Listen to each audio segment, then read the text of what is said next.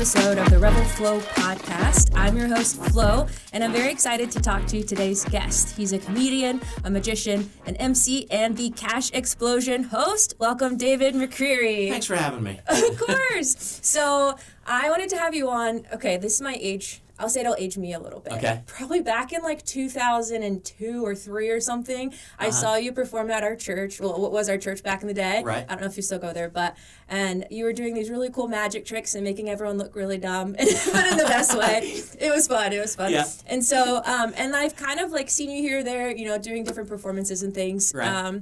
And so I wanted to have you in because a lot of careers and things out there people are most aware of are like a typical 9 to 5, and it seems sometimes like that's the only option, which, at times those are great because it keeps the world moving, keeps the world spinning, but it's not for everyone. Not everyone thrives in that, and you've really gotten a cool kind of avenue into what you do. I mean, comedian, magician, like, I know it's hard work, but it sounds like you get to play for a living, so much which fun. is... I'm a big kid. Yes. Yeah. So how did you even, get started? Did it start as a passion, or how did it... It started late. So I was 20 when I walked into a magic shop down in Myrtle Beach on vacation. Yeah. And saw a guy doing a couple tricks. He had like 10 people standing around him in this shop. And I thought two things. Number one, I want to know how he's doing what he's doing. And number two, I want people to pay attention to me like they're paying attention. So at the time, I was thinking of becoming an architect. That was kind of the plan. Kind of into it. Kind of thought this is just what I'm supposed to do. I'm going to be an architect. So I took architecture in high school. That ended up not working out. I dropped out of college because the girl I was dating at the time broke up with me. Oh, no. And I thought, well, I'll go back when my heart's not broken anymore. And I never went back. I got a really good job at a place called Lucent Technologies here in Columbus. Like a really good job. I thought, I'm just going to do this for the rest of my life because it really was a great paying job, great gig. Ended up getting laid off from that about 7 years later, but I had already started magic. So by that time I'm 27 or so. I thought, okay, I can do this magic full time, I think, but I can't do it yet. So I started working for FedEx just to hold me over until I got clients going. And then so about a year and a half at FedEx, I quit and I started doing this full time. It started off with just comedy and magic, and that's led to everything else that I do now, which is basically all kind of entertainment or in front of people, but it's not all magic based. Have you always been comfortable in front of crowds? Were you always kind of like class clown? I wasn't really the class clown. Yeah. I was kind of a nerd, so I stayed out of the view of a lot of people. I liked the attention. When I started, I was working at Lucent when I first got into the magic. So I would walk around, when I could and do magic for people. And that's what got me my first stand-up gig where I'm in front of a bunch of people as opposed to doing my close-up magic. That's what I started out with. And they were holding an event with, 300 employees or so. Oh, wow. And they needed an MC. And they said, would you mind doing it? Because they knew what kind of stuff I was into. I'm like, yeah, I can do that. So I put together some of my close-up tricks that would play big for a big audience, and it started there. So then how did you continue to find gigs or find work to where it even became full-time, where you could quit FedEx? Or I don't know, maybe you're still doing that. But the FedEx is gone. Okay. I liked it. I was driving one of their trucks in the evening. That was the problem, is that I was working in the evening, so a lot of gigs that were coming in I had to turn down because I had this normal job. So, it was slow at first. And I will say getting the Ohio Lottery gig helped. So the Ohio Lottery, the Cash Explosion show that I do is, if you don't know, it's a game show that airs on Saturday nights. So I quit FedEx in the winter of '95, right before Christmas, because Christmas season is awful with FedEx. It's just really busy. Yes, I can imagine. So I quit that, and then by October of 2006, so less than a year later, I had the gig with the Ohio Lottery, which is kind of a steady thing. So it helped, building that clientele, which was taking a while because, I couldn't have gigs while I was at Lucent or while I was at FedEx. Having that steady gig of shooting 2 days a month, the lottery show, helped me build up clientele. And as far as getting gigs, my marketing is awful. It's just awful. It's all word of mouth for the most part. I do have a couple agencies in town that will book me if people call in looking for a magician or an MC. But a lot of it's just word of mouth. And I stay fairly busy. And there's times where I'm like, I should be busier. Like a weekend comes by where I don't have something. I should be working this weekend. But then I start thinking, if I was booked, I'm like, daggone, sure would be nice to have a weekend off. It's like, So, yeah. It always kind of like catch-22, I guess Right. is what that's called. Right. No, it's good to have the option almost to seemingly like, okay, I can take a beat, I can take this weekend to like rest and kind of recharge, and so what would you say is like your busiest season then? Like Christmas. Oh, okay. Absolutely. There's times when on weekends I'll do 3 or 4 shows a day. Wow. Start with a breakfast with Santa. I don't do a lot of kids magic. I love kids, but most of my stuff's geared towards adults. But for something like that, yeah, let's do that. Let's have some fun. So I'll do a breakfast with Santa, and then there's a company that's doing like a late morning thing, and then a late morning thing, or an afternoon, and then an evening. And yeah, by the end of December, I'm like, okay, I'm done with this for a while. But there's a big magic convention in Columbus every year that takes place in January. Okay. It kind of refuels me. It gets me excited to keep going. So. Is it a pretty close-knit community of comedians, magicians, I'm sure? Not necessarily comedians, but magicians. The magicians is a tight-knit community, especially here in Columbus. We've got a lot of really good magicians in Columbus.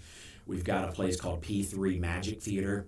They host a lot of magicians from around the country doing lectures and shows. And it's like, I have folks always ask me about, like Penn and Teller Fool Us, the show. And it's funny, like, I can watch that show, and at least 2 or 3 of the magicians on the show I've either worked with, or I know, or they're in my phone. It's kind of a cool community. It becomes almost like a small world when you're in it. You can see it. A small, very nerdy world. Yeah. So there's like magician secret, right? Right. So how do you get into like actually get to know all the secrets, or do you have to figure it out yourself? Yeah, if you go to there's magic sites on the internet, which used to be brick and mortar shops where you'd go and you'd buy some magic and you start meeting people there, and that's what happened with me. When I saw the magician down in Myrtle Beach, I came back at the time in between dropping out of college and starting Lucent. I worked at Ticketmaster. Okay. So I came back and started doing some magic for some of the folks at Ticketmaster, and one of the guys there is like, there's a magic shop right around the corner. And I had no idea. But I started going, and I think maybe because it came along late, like I was 20, no other hobby came along to take its place. Yeah. And so that's why it stuck around. Yeah. And it brought all that attention that I like. So it's fun to do, and it keeps you childlike. Yeah. In I think the best ways. I mean, kind of like play, but it takes a lot of work. Yeah.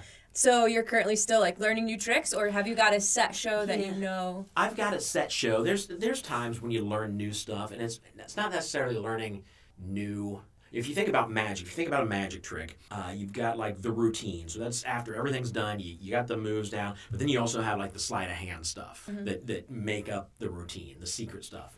There's not a lot of sleight of hand stuff that I need to learn anymore. I've been doing this now for 32 years, so it's not like I need to learn new moves. Everything I know, I can fool folks with. So it's more about the routine being entertaining and fun and maybe different. It's fun right now for me to sit down at a table with somebody, do some magic, do stuff that I've done for years that's going to fry them, but then also just kind of wing it and make stuff up as I go along, because that's how I come up with a lot of fun ideas. It's just kind of winging it in, with somebody. It's hard to come up with a routine, for me anyways, when I don't have somebody there to perform it for. Oh, true. Yeah. Because you don't know if they're faking, pretending.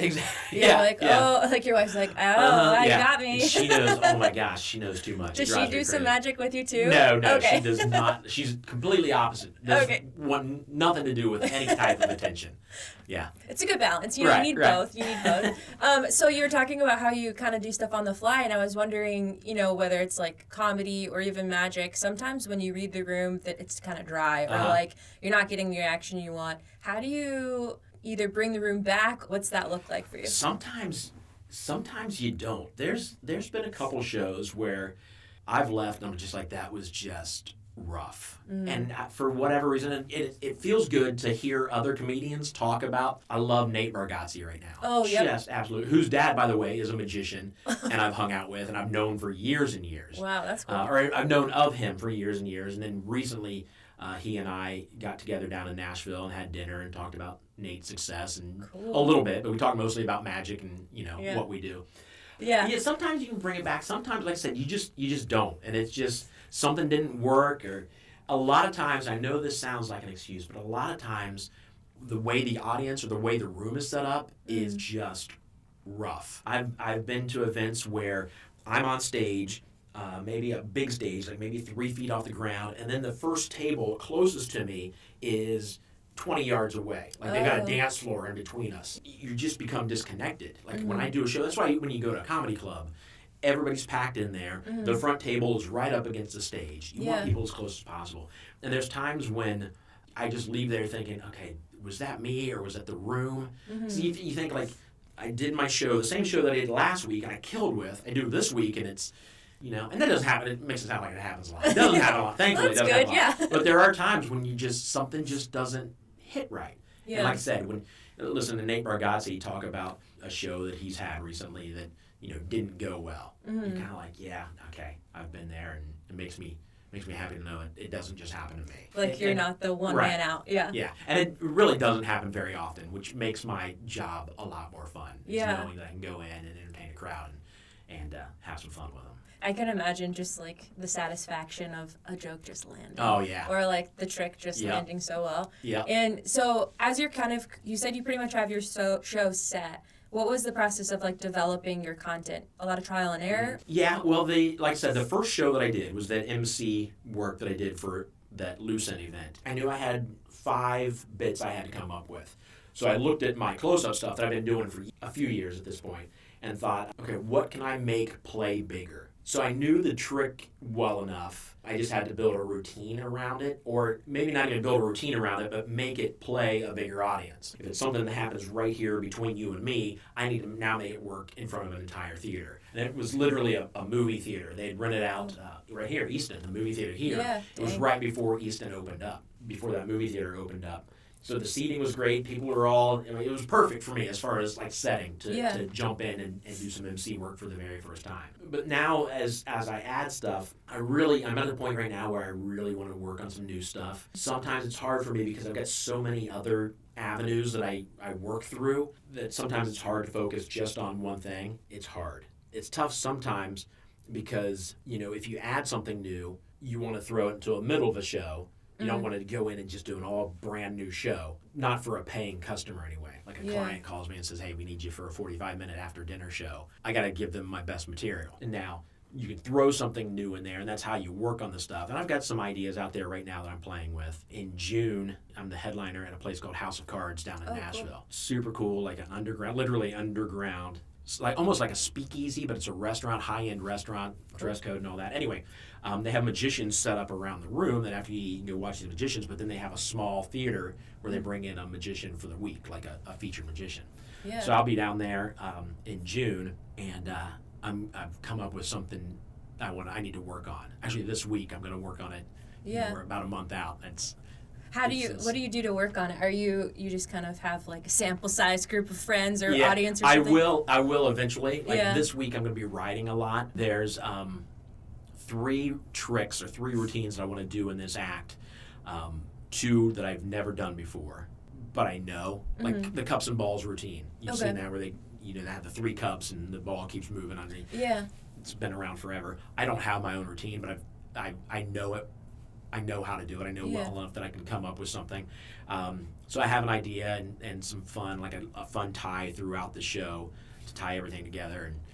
But it's coming up quick, so I gotta get busy. Plenty of time, right? That's what I keep telling myself. Like, I'm the worst. I'm such a procrastinator. I mean, that sounds kind of true to like. I don't know if you know like the Enneagram, but you sound like a 7. Yeah. To where you're you like anything and everything that brings you life. It's like I want to do that because I mean that sounds very true for like a comedian, magician, like being the entertainer. Yep. So I mean I'm right there with you with the procrastination thing, but sometimes like we need the pressure to get the best stuff out. You know. I've told my wife before. I don't know what I've even brought it up. But I'm like I need a director.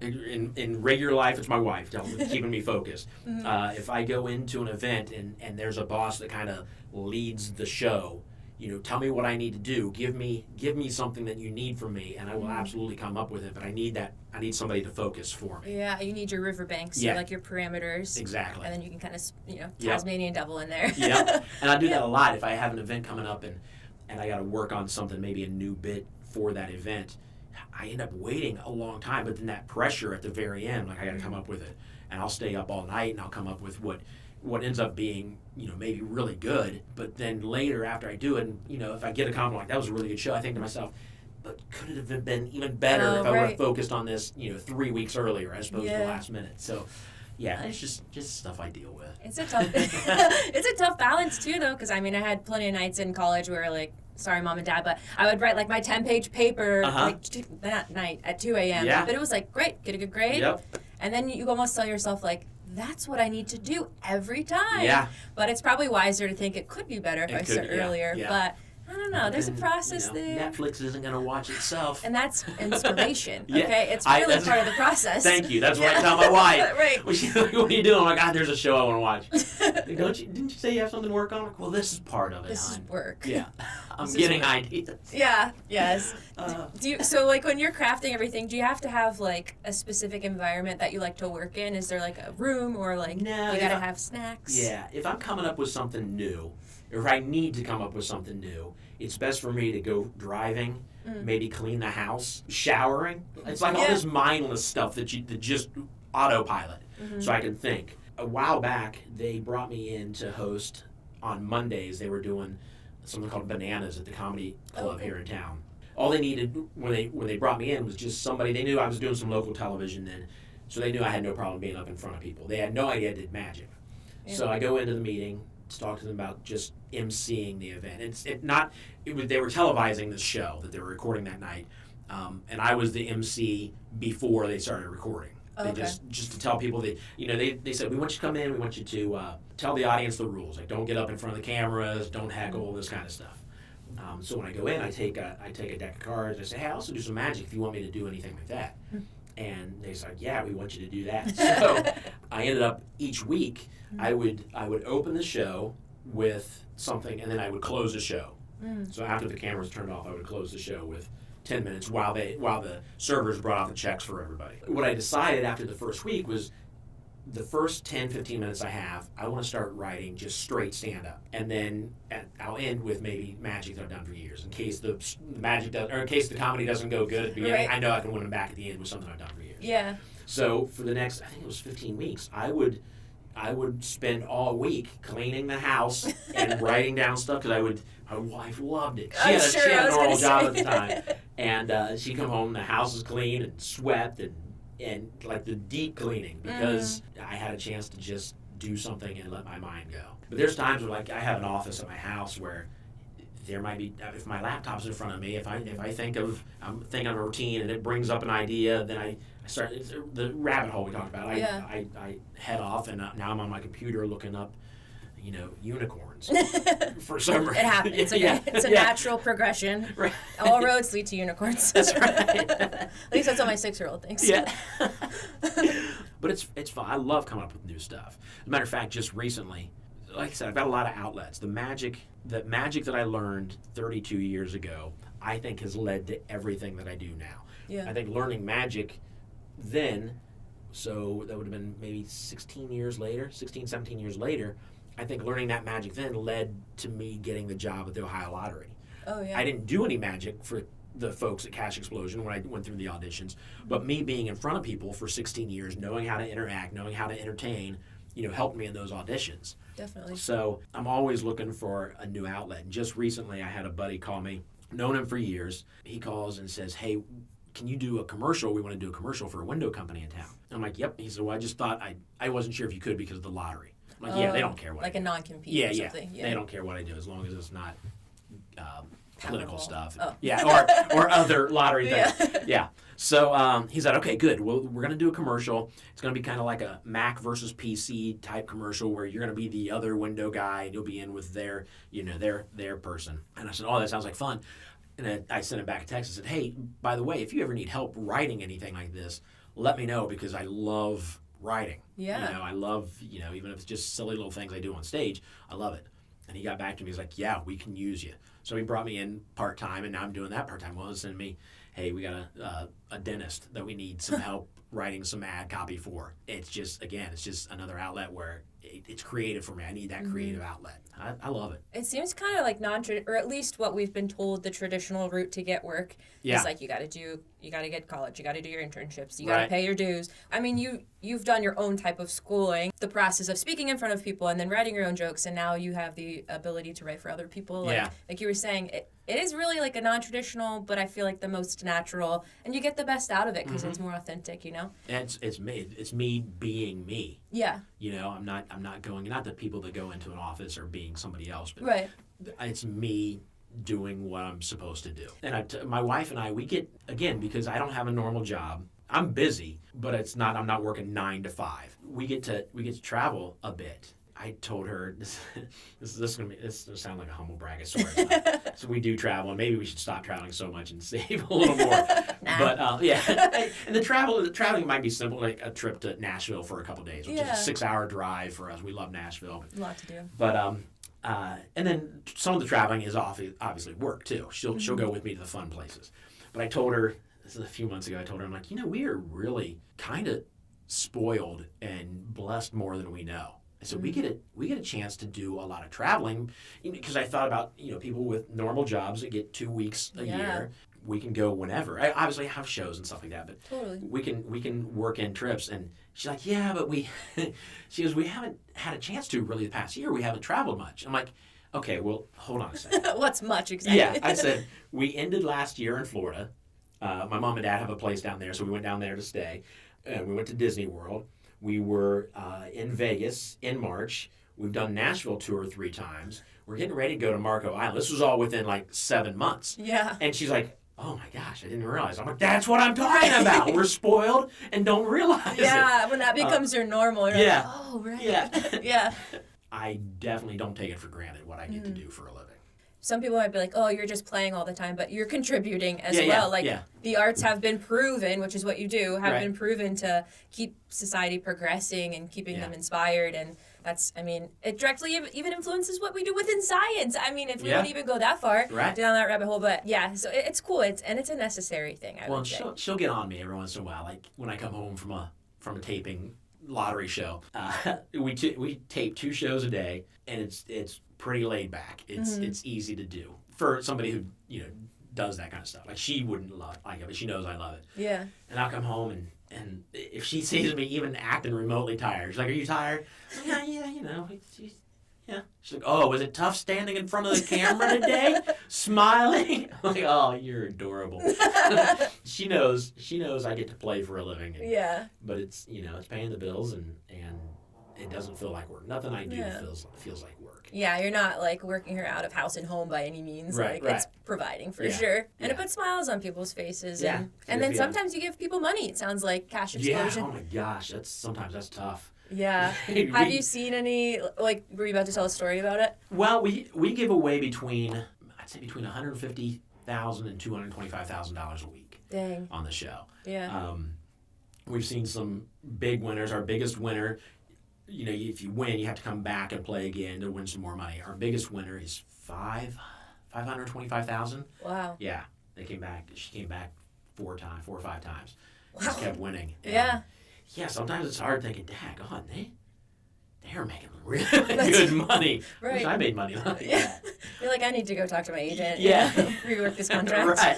I feel like I saw the show way back when you first got onto it, but I can't remember because it's been a little bit. So is the process just like your regular lotto ticket? What's the show kind of like, the premise? So to get on the show, it's a scratch-off ticket. Mm-hmm. So you have to scratch it off and get entry 3 times, and then you have to send it in and hope your name gets drawn. Okay. We have 8 people a week, anywhere from 30 to 60,000 people in the pool per week, from what I hear. And then once you're on the show, there's no strategy because it's just lottery. Mm-hmm. People pick 3 numbers off a board, and then they win the money that's behind that. Mm-hmm. So every player on the show leaves with at least $6,100. Oh, dang. And then the most somebody can, somebody could win. They could win the $50,000, and they could win $100,000 in an episode, just one person. Yeah.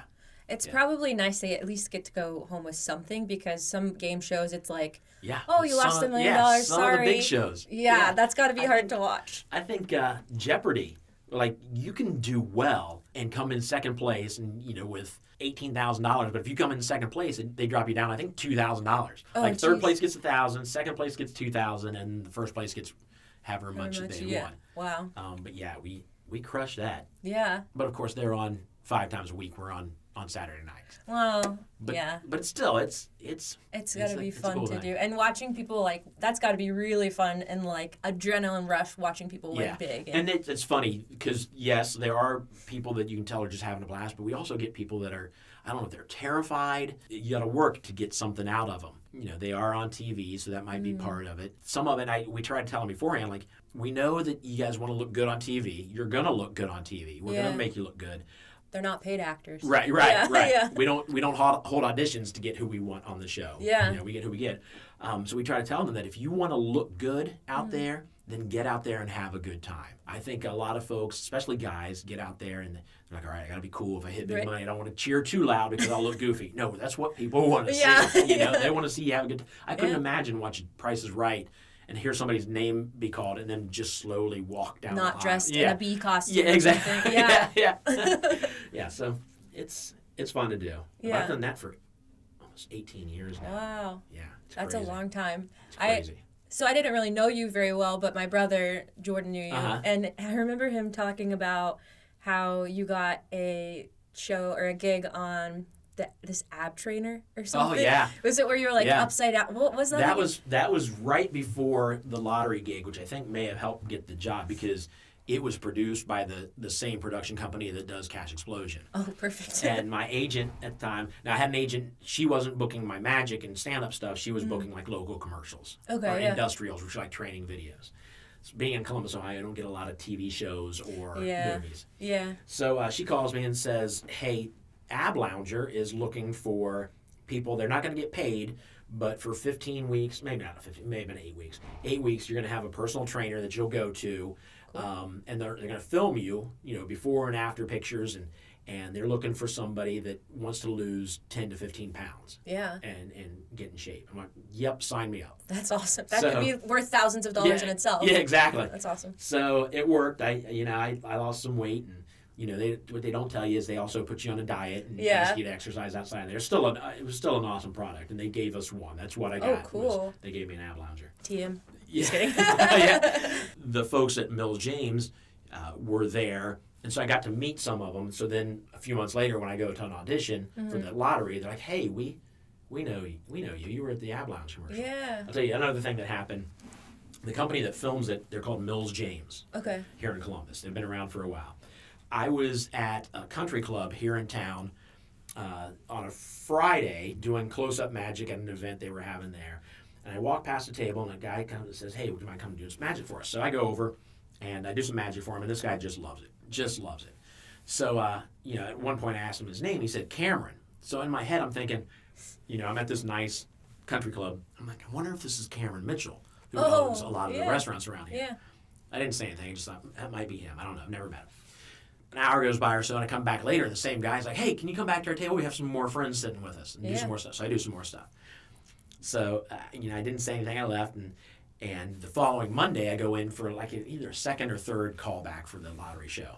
And I'm standing on the dock inside, or right outside the theater area where we're doing the auditions. Mm-hmm. And I see the guy that I was doing magic for walking towards me down a hallway that I saw on Friday night. And I look at him, and he goes, hey, you're the magic guy. I'm like, yeah. He said, are you here for the auditions? I'm like, yeah, I got another audition here. And I said, are you here for an audition, or what do you got going on? Are you part of Mills James? He's like, well, I'm part of Mills James. I'm like, oh, that's awesome. And so we talked a little bit, and he said, hey, when you get done with the audition, if you have a deck of cards with you, would you mind coming up and showing my partner some stuff? And as soon as he said partner, I'm like, oh, this guy might be pretty big. I'm like, yeah, I can do that.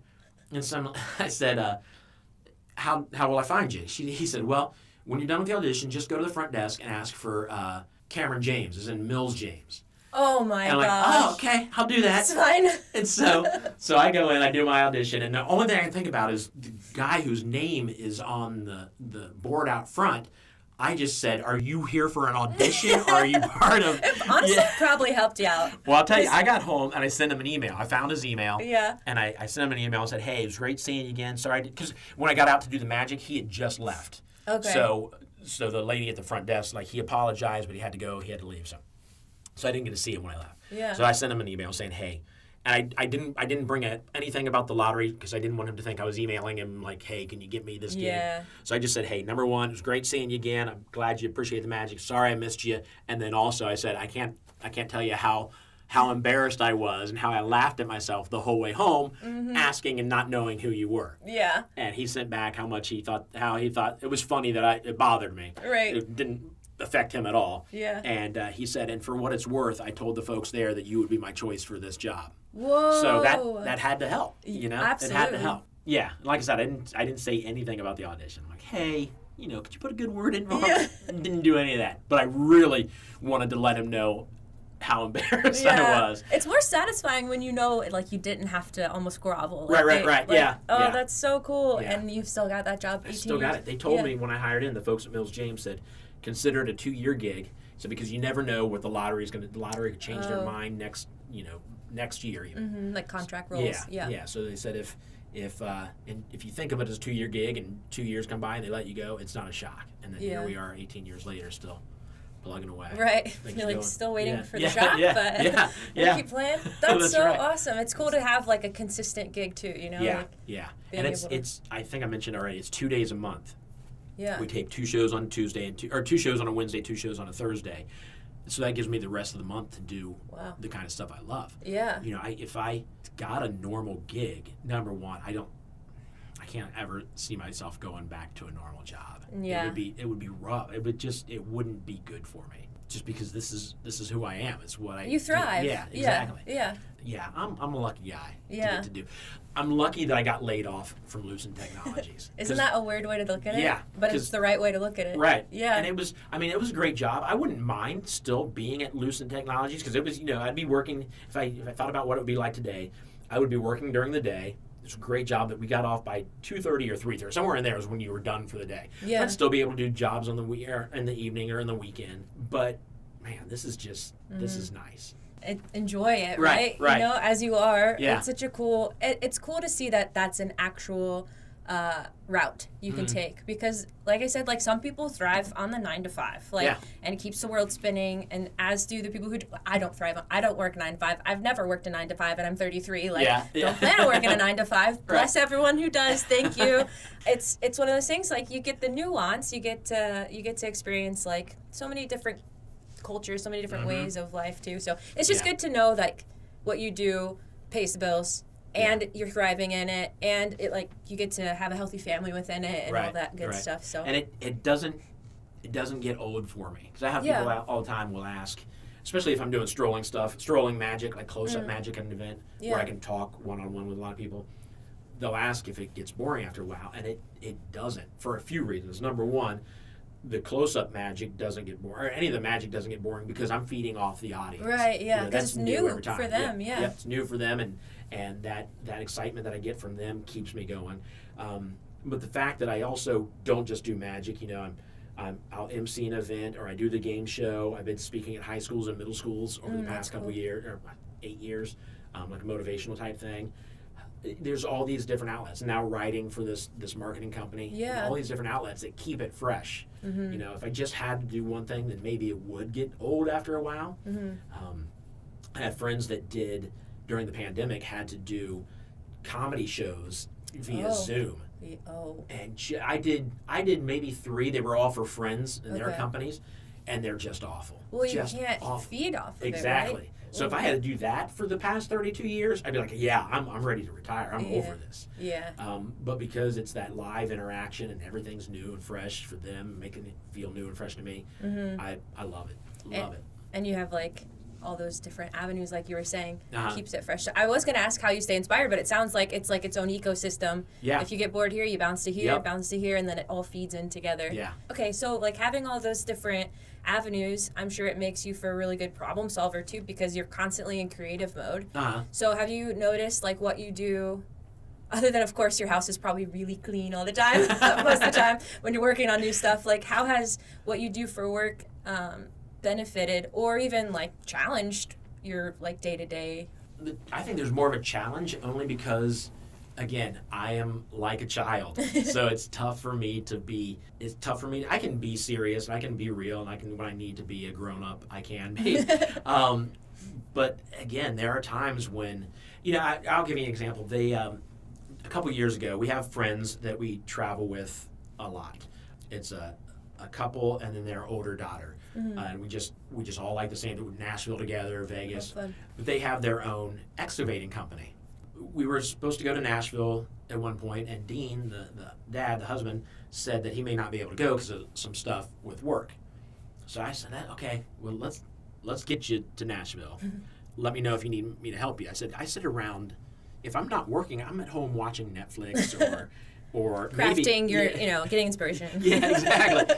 I said, let me know. I'll come in and, if you need me to help with something, let me know. And he took me up on it.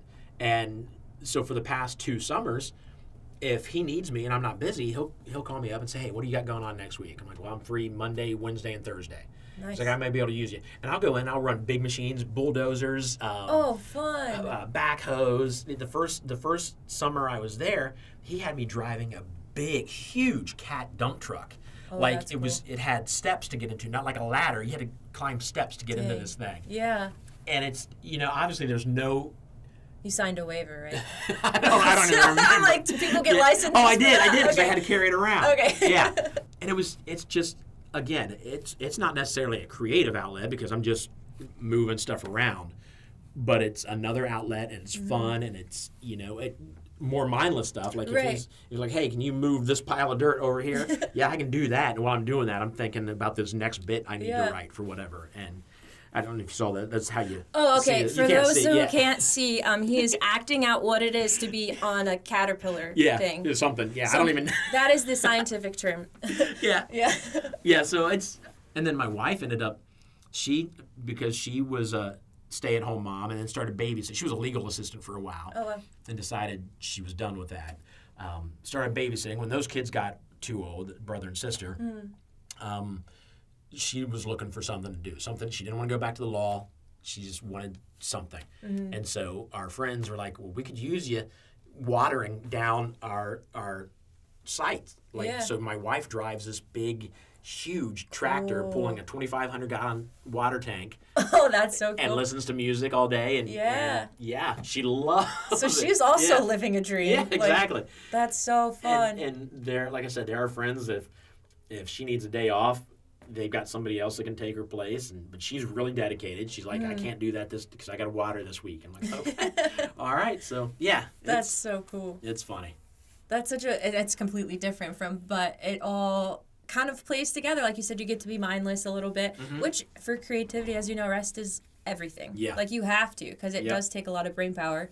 And then to have something more physical, it's like exercise, right. you know? So it's just working a different muscle and giving yourself a break. That's so fun. This episode is brought to you by Caterpillar and Ab Lounger. Thank you. Do you find one comes easier than the other, like magic versus comedy versus... That's a good question. The comedy that I do, a lot of time, because I don't do a lot of like straight stand-up. I want to do more. I need to sit down. I want to sit down and write more. But the comedy comes from the magic. Okay. So what I'll do is if I do learn a new trick or I'm looking for something new, a new idea, I have to think, okay, can I make this fun and can I make it fit my personality? There's a trick, like a Russian roulette trick where you may have seen where they'll have like 5 bags, like paper bags on the stage, and they put like a spike in one of them. Yeah. And the magician smashes their hand down on 4 of them, and the last one has a spike in it. Yeah. If you want to, I can't handle it. You can go to YouTube and see all kinds of magicians screwing up. Yeah, I can't handle that kind of stuff. Oof. Yeah. Skewers right through their hand. There's one where the magician he was doing it on the news, grabbed a reporter's hand and threw it down. And I don't think it went through, but it hurt her. Oh my gosh. So I've wanted to do it because it's entertaining, but it's also, I remember reading that a person doesn't do it in their show because it makes the audience feel so nervous and uneasy. Yeah. So I thought, I kind of want to figure out a way to do this and make it fun. So I've come up, and I'm still kind of working on it. I've done it a few times where I have the 5 bags, smash my hand down on the first one, actually have the person I bring up, but we've mixed the bags all up. I have her figure out what bag my hand gets smashed onto. And then I talk about how she didn't seem to be very, whether she's nervous about it or not, I was like, you just seem like you don't care as much. So I reached out in my case and I pulled out an adorable little bear hand puppet. So now he's, I make him come to life, and he's the one that's being smashed down on it, and he gets mad at me. And the trick usually works, or has worked every time so far. Is it a real spike?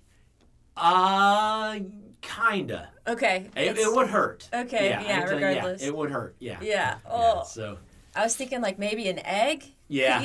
But I mean. And I think there are some where if you're doing a kids show, you take a bag with the egg in it and smash it on the head. That way, there's still that kind of that fear. Like gross. Yeah. Yeah. So, there's all kinds of stuff you can do to make it fit like what I do. It's got to be fun for me. There have been tricks where I'm like I can't make that work. Yeah. In my show. As much as I'd like to, I can't make it work. Yeah. Well, I mean, because you got to have an element of authenticity when you're doing it too. Because if you're like faking, people know. People can tell. Yeah. You're like, he actually hates his life right now. It's kind of sad. I don't want to laugh. Right. I want to help him out. But that's it's got to be. Yeah, it keeps the inspiration going. So you said you do like kids magic, or you have before, but it's not like your main thing. Right. So do you have different like shows that you do for different types of audience? Not really. Because I do a lot of churches because my stuff's clean. Yeah. But the same show that I do for a corporate event is the same show I do for a church. Oh, cool. It's just fun. It's what I've done for years, so it's fairly polished. And I've seen a lot, and now there's a lot of really great what you call gospel magicians. Yeah. But I've seen some really bad ones too. Yeah. A lot of times when I get invited to a church to do my stand-up show, they're bringing in the community. Okay. Yeah. So they're just opening the doors like, hey, you may not come to this church, you may not go to church at all, but hey, we'd love to get you in here just to say hi. Yeah. So they bring me in to entertain, and I want to give the folks that aren't normally there, that are coming in thinking, I can't believe we're here because my wife wants to be here. This is going to be awful. And then give them a good show that they're like, well, that's not what I expected. Yeah. I expected them to preach to me the whole time. And right. That's what will happen is the pastor will get on stage afterwards like, hey, this was just opening up for the community. We'll let you know we're here. We meet on Sunday mornings this time, come on back. Yeah. So it's good. I want to do something that anybody would love. And that's why I do my same corporate show that I do for the church show. Yeah, it's disarming too in a good way. Like, people don't want stuff shoved down their throat that they're not expecting. I did want to ask because in 2024 it's kind of trickier, I would say, in the comedic world to make sure you're saying the right things and you don't want to get canceled and all this stuff. Have you, with your show being more on the clean side, it's probably not as right, and there's tricky, even clean can get in trouble. Yeah. But because my comedy usually comes from the magic and fair. from using people, it's not like I'm commentary. I'm doing my own commentary or my own opinions necessarily. This is just a trick. I will say that the what the comedians are going through now drives me nuts. Everybody getting offended just, oh my gosh, to me it's a sign of weakness. I don't think I can be offended. There's plenty of stuff that people can say that I don't agree with, or I'm like, but it's nothing that I'm offended or I'm, and that's to take a comedian who's there to make a joke and you showed up to the show. Right. Now it's a lot different nowadays with social media. Somebody could throw something up and you see it. You didn't sign up for that, but still, it's just, I don't know. It just, getting offended is it's just lame. Yeah. That's a direct quote. It was nice, before you got canceled just during this episode. I'm just kidding. No, but it's true because it's tough. Like, when you go in for something that you're expecting to laugh at, I don't know, and you get offended and you close up. Yeah. It's just... You're missing out. And not everything's meant to be a verbal attack. It's, like you said, you're going in, you're signing up for... Yeah. You might get called out even by the comedian. You just got to be prepared for that. I don't think there's anything anybody can say to me that would offend me. Again, there might be stuff that people would say that I'm like, oh, that's not right. I realize, number one, people have different opinions. Right. Number two, I realize during a comedy show, it's for that reason. It's for comedy. Yeah. You know?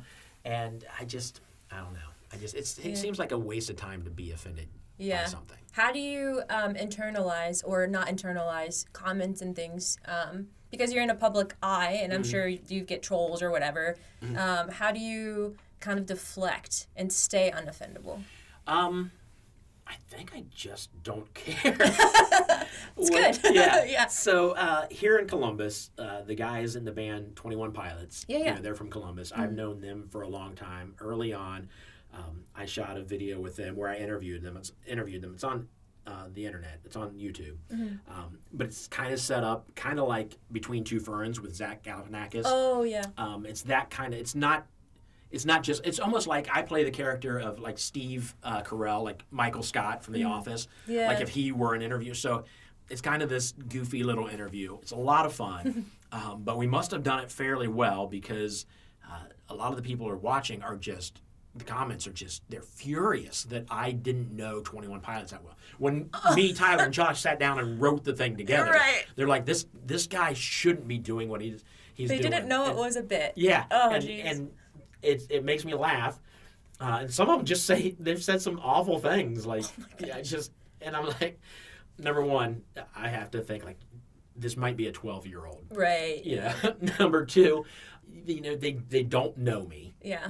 So it doesn't, I just don't let it bother me. Yeah. I shouldn't say that. There are times when I've read comments maybe on Cash Explosion there, and I don't see these I don't go looking for them, but maybe somebody's like, he's not my favorite host, and I have to, be like, this person doesn't know me, maybe not. I mean, I got people in Hollywood that I don't like. Not that I'm in Hollywood, but they're understandable. Yeah. It's the same. Yeah. You just have to reason with yourself and as much as I tease like my friends and stuff, if I couldn't be teased, then that would make me an awful person. Right. Yeah. You can't. Yeah. You can't take what you dish out. Right. Yeah, I think it comes down to like you know who you are, and like the people you care most about respect you, and that's really all that it comes down to. Yeah. And well, that's helpful. I really haven't had much to deal with other than, like I said, some of the people.